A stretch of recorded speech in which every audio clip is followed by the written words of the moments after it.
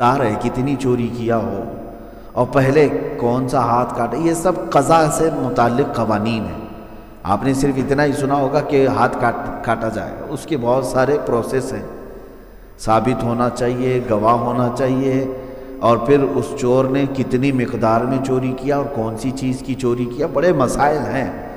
لیکن میں جو بات عرض کر رہا ہوں، اس خاتون کو جب چوری میں پکڑا گیا، پیش کیا گیا بارگاہ رسالت مآب میں، اب صحابہ کرام میں ایک بات یہ چلی کہ صحابہ کہنے لگی یہ جو خاندان ہے بنو مخزوم ابھی اسلام میں آئے، ابھی ایمان لائے ہوئے ہیں، اور انہی کے خاندان کی لڑکی اب چوری میں پکڑی گئی، ہاتھ کاٹیں گے تو پورا قبیلہ برگشتہ ہو سکتا ہے، اسلام سے دور ہو سکتا ہے، لہذا کچھ تو ان کی سفارش ہونی چاہیے۔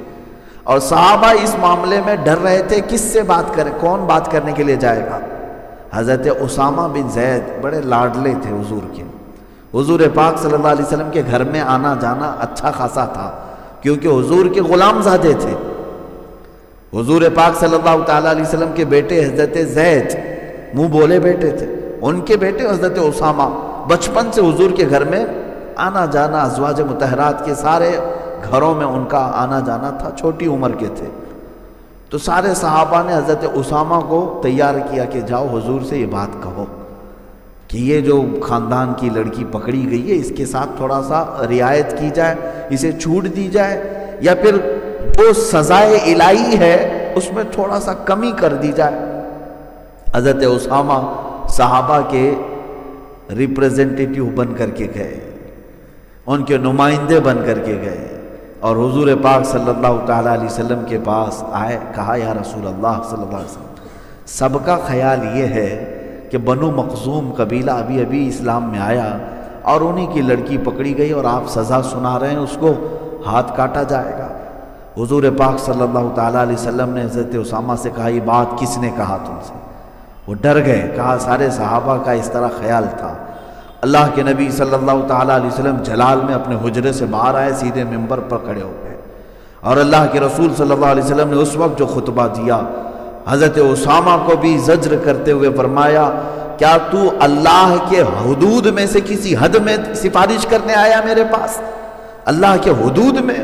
اور پھر حضور پاک صلی اللہ علیہ وسلم کے جلال کا انداز یہ تھا، فرماتے ہیں لو فاطمہ بنت محمد سرقت لقطعت یداہا، سنو اے لوگو، محمد کی بیٹی فاطمہ سے بھی اگر یہ کام ہوتا تو میں اس کے بھی ہاتھ کاٹتا، میں اس کے بھی ہاتھ کاٹ دیتا۔ تم تو بنو مخزوم قبیلے کی خاتون کے بارے میں کہہ رہے ہو، محمد صلی اللہ علیہ وسلم کی بیٹی میرے گھر میں اگر ایسا ہو جاتا بفرض محال۔ اللہ نے حضور کے اہل بیت کو ہر عیب سے پاک رکھا ہے، لیکن رسول پاک نے عدل کا وہ اعلیٰ نمونہ پیش فرمایا، ارشاد فرماتے میں ہاتھ کاٹ دیتا، اور پھر یہ جملہ ارشاد فرمایا تم سے پہلے والی قوموں کو اللہ نے ہلاک و برباد کیا، اس لیے کہ جب ان کے عزت دار لوگ گناہ کرتے تو انہیں سزائیں نہیں دی جاتی، جب ان کے غریب لوگ کام کرتے، گناہ کرتے تو انہیں سزائیں دی جاتی تھیں۔ لیکن اسلام عدل کا نام ہے، انصاف کا نام ہے، یہاں سب کو برابر رکھا جائے۔ عزیزان گرامی وقار، آج میں مانگ بھی یہی کرتا ہوں کہ یہ جو معاشرے میں ڈس بیلنس ہوتا جا رہا ہے، لوگ آج دیکھ رہے ہیں کہ ہمارے ہاں بھی قوانین خطرے میں آ گئے، ہمارا لا خطرے میں آ گیا، یہاں جس کی لاٹھی اس کی بھینس چل رہا ہے، اور اگر امن و امان چاہتے ہو تو مجھ سے مشورہ لے لو کہ نظام مصطفیٰ قائم کرو، حضور پاک صلی اللہ تعالیٰ علیہ وسلم کے قوانین کو اڈاپٹ کر کے تو دیکھو امن و امان آئے گا۔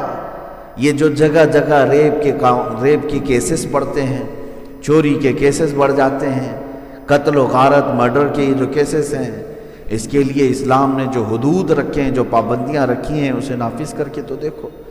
اب یہ میری بات کو سن کر کے کوئی ہو سکتا ہے واویلا مچا ہے، لیکن میرے عزیزو، ہم نے ان بڑے نیتاؤں سے بھی سنا ہے جن کا اسلام سے تعلق نہیں، جب کئی بیٹیوں کی عزت اچھالی گئی تو انہوں نے بھی آواز یہ اٹھائی کہ اسلامی قانون ہونا چاہیے۔ اسلامی قانون کے طور پر ہمارے ممبئی کے ہی کئی بڑے بڑے دگج نیتا جن کو کہا جائے، انہوں نے بھی مطالبہ کیا تھا کہ اسلام میں جو قانون ہے ریپ پر، زنا پر، وہ نافذ کر دو تاکہ دوسرا کوئی ایک کام کرنے سے ہمیشہ کے لیے گھبرائے۔ تمہیں کسی نہ کسی دن احساس ہوگا کہ نظام مصطفیٰ ہی پوری کائنات کو امن بخشتا ہے۔ عزیزان گرامی وقار، عدل اور انصاف کے ترازو کو اگر کہیں مثالوں میں دیکھنا ہو تو اسلام کے دائرے میں دیکھو۔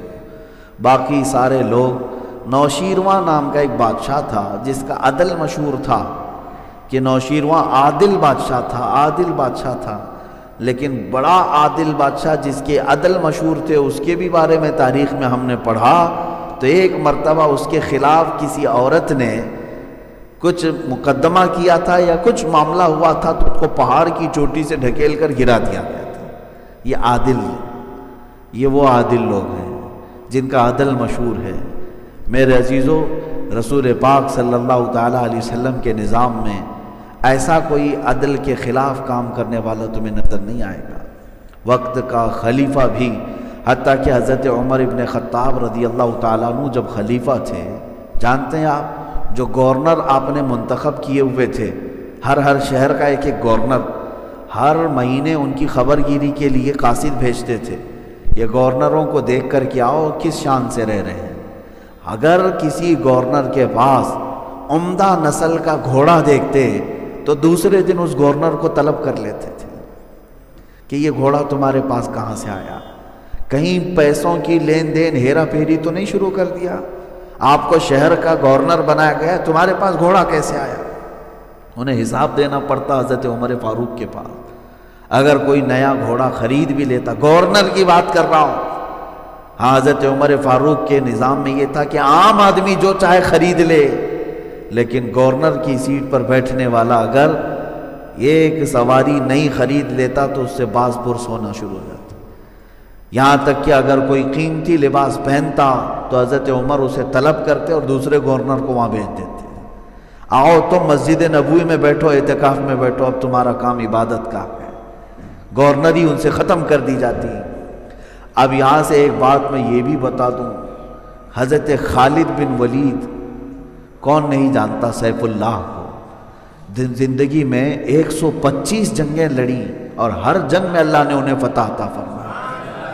لیکن جانتے ہیں حضرت عمر فاروق رضی اللہ تعالیٰ عنہ کا زمانہ آیا، حضرت خالد کب سے لڑ رہے ہیں؟ حضور کے زمانے سے، حضرت ابو بکر کے زمانے میں، حضرت عمر کے زمانے میں بھی جنگوں میں شرکت کرتے رہے، لیکن سپہ سالار آپ ہی رہتے تھے، اکثر جنگوں کا سپہ سالار آپ کو رکھا جاتا تھا۔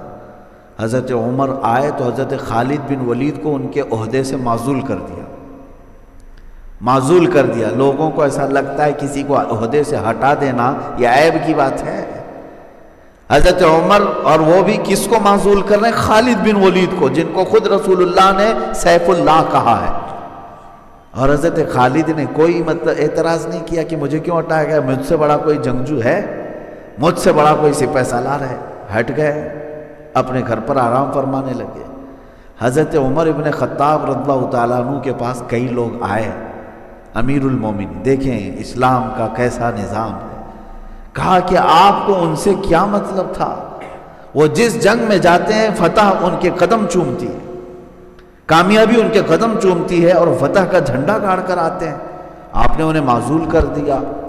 سنیں سیدنا عمر ابن خطاب کیا فرماتے ہیں، اللہ ہو، ایمان ہو تو ایسا ہو، فرماتے ہیں خالد بن ولید کی ساری صلاحیتیں اپنی جگہ پر، ان کی قیادت، ان کی سپہ سالاری اپنی جگہ پر، میں نے معزول اس لیے کیا کہ دنیا کو یہ پتہ چلے کہ ہم جو فتح حاصل کرتے ہیں وہ خالد کی وجہ سے نہیں، اللہ کی وجہ سے۔ ہاں، کوئی ذہن میں یہ بات نہ رکھ لے کہ خالد بن ولید ہے اس لیے ہی فتح ہوتا ہے۔ ہم دنیا کو یہ بتانا چاہتے ہیں ہم اللہ کے بندے ہیں اور محمد عربی کے غلام ہیں۔ ابھی جو بات میں نے تھوڑی دیر پہلے کہا کہ دین کسی سے نہیں ہے کہ اس کے بغیر دین نہیں چلے گا، ایسا نہیں ہے۔ بہرحال یہ عدل کے بہت سارے نمونے ہیں، خلفائے راشدین کی زندگی میں آپ دیکھیں، صحابہ کی زندگی میں آپ دیکھیں، تابعین، اولیاء کاملین کی زندگیاں ہیں۔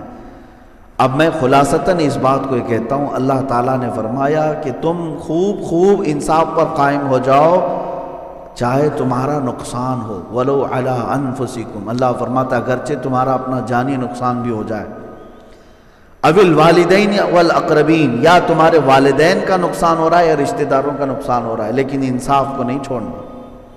یہ کس بات پر آ رہا ہے؟ گواہی دینے کے لیے، اللہ کے لیے گواہی دیتے ہوئے انصاف پر قائم ہو جاؤ۔ اللہ کے لیے گواہی دینا کیا ہے؟ تم لا الہ الا اللہ محمد الرسول اللہ پڑھتے ہو، یہ انصاف ہے۔ اور جب تم اس گواہی پر کھڑے ہو جاؤ گے، ہو سکتا ہے تمہارا نقصان ہو، تمہیں گھر سے باہر کر دیا جائے گا، ہو سکتا ہے تمہارے والدین کا نقصان ہو یا رشتہ داروں کا، لیکن اللہ فرماتا ہے تم اس پر خوب قائم ہو جاؤ، یہ سارے نقصانوں کی تلافی ہو جائے گی، بھرپائی ہو جائے گی۔ اور رب تعالیٰ یہ بھی فرماتا ہے جس پر تم گواہی دے رہے ہو، چاہے وہ غنی ہو یا فقیر ہو، اللہ تبارک و تعالیٰ ساری چیزوں کو جانتا ہے۔ اب یہاں پر ایک دوسرا مسئلہ ہے کہ کبھی تمہیں وٹنس بنا کر کے پیش کیا گیا، گواہ بنا کر، تو یہ نہیں دیکھنا کہ میں جس کی گواہی دینے کے لیے جا رہا ہوں یہ مالدار آدمی ہے، گواہی اس کے حق میں دے دوں گا تو کوئی لفافہ مجھے پہنچا دے گا، اور اگر کوئی غریب آدمی ہے تو اس کے خلاف تم نے گواہی دے دی، جھوٹی گواہی دے دی۔ اللہ کی بارگاہ میں اس کی سخت پکڑ ہے۔ رب تعالیٰ یہاں فرماتا ہے فَلَا تَتَّبِعُوا الْهَوَىٰ أَن تَعْدِلُوا، خواہش کے پیچھے مت بھاگو، حق سے الگ ہو کر کے، عدل کو چھوڑ کر کے تم خواہش کے پیچھے مت جانا۔ پہلے کے لوگ اس طرح سے کرتے تھے، اپنے مالدار لوگوں کی حمایت میں گواہی دینے کے لیے چلے آتے تھے کہ نہیں ہمارے سیٹھ صاحب تو کبھی ایسا نہیں کیے، چاہے دیکھا ہو نہیں دیکھا ہو، لیکن گواہی دینے کے لیے بہت سارے آ جاتے ہیں۔ آج بھی یہ نظام ہمیں دیکھنے کو ملتا ہے۔ میں پورا یقین اور جزم کے ساتھ نہیں کہتا، لیکن سنی ہوئی بات ہے کہ کورٹ کے باہر ایسے بہت سارے گواہ بکتے بھی ہیں، خریدے بھی جاتے ہیں ان کو، اور ضمانت کے پیپر بھی لے کر کے بیٹھے، ان کا اور کوئی بزنس نہیں ہوتا، کوئی دھندا نہیں ہوتا، یہی کام رہتا ہے۔ تو پولیس کے پاس بھی ایسے کچھ گواہ رہتے ہیں۔ ہمارے ساتھ خود ایک معاملہ پیش آیا، میں آپ کو بتا رہا ہوں۔ کورٹ میں، عدالت میں موجود یہاں کے نظام کے اعتبار سے میں آپ کو بتا رہا ہوں، ایک بوڑھے میاں کو، وہ شاید عمر کے 60-65 سال کی عمر کا ہوگا، اور دماغی توازن پتہ نہیں، چڑ تھا، کورٹ میں آیا ہوا تھا، اور پیشی تھی وہاں پر، پیشی وہاں پر موجود تھی۔ تو وہ آیا بیچارہ بڑی تیاری کے ساتھ، صبح کے وقت آیا، وہاں پر کورٹ میں 6 لوگ کھڑے ہوئے تھے اور ان کا مقدمہ چل رہا تھا، اور ان کے مقدمے کے ٹائم پر جو ایویڈنس چلتے ہیں، یہ گواہ بلائے جاتے ہیں، میں اس کا عینی شاہد ہوں، آپ کو بتا رہا ہوں۔ جج نے گواہ کو پیش کرنے کا حکم دیا، پولیس یہ بوڑھے میاں کو، چاچا کو لے کر کے آئی، یہ کٹہرے میں آئے۔ وہاں کیس کیا چل رہا تھا میں آپ کو بتاؤں۔ وہ جو 6 لوگ تھے جن کو کورٹ میں رکھا گیا تھا، وہاں کھڑا کیا گیا تھا، ان کا مسئلہ کسی پراپرٹی کا چل رہا تھا کہ ان لوگوں نے زبردستی کسی کی پراپرٹی قبضہ کی ہوئی، اس پر گواہ بن کر چاچا آئے ہوئے تھے۔ تو یہ چاچا جب کھڑے ہوئے تو جج نے پوچھا کہ آپ ان کو پہچانتے ہو؟ تو جاتے ساتھ وہ بھڑک گئے اور کہا کہ یہ 6 لوگوں نے نہیں مارا ہے مجھ کو، انہوں نے نہیں مارا ہے مجھ کو، مجھے تو میرا بیٹا اور اس کا دوست مل کر کے مارے تھے۔ بار بار یہی جملہ دہرا رہے ہیں۔ تو جج نے پوچھا کہ آپ کا مسئلہ کیا ہے؟ ہم یہ پوچھ رہے ہیں کہ یہ 6 لوگ جو زمین پر قبضہ کیے ہوئے ہیں، آپ ان کو جانتے ہیں؟ کہا نہیں، انہوں نے نہیں مارا مجھ کو۔ مسئلہ یہ تھا، میں آپ کو بتاؤں، اس بوڑھے کا بیٹا اور اس کا دوست دونوں مل کر کے باپ کے ساتھ بدتمیزی کی ہے، مار پیٹ بھی ہوئی۔ اس دن یہ کمپلینٹ کرنے کے لیے پولیس اسٹیشن گئے چاچا، اور وہ 6 لوگ کسی زمین کے معاملے میں وہاں پر لڑ رہے تھے، ان کو بھی پولیس اریسٹ کر کے لائی ہوئی تھی، تو ان کے معاملے میں چاچا کو گواہ بنا کر کورٹ میں پیش کیا۔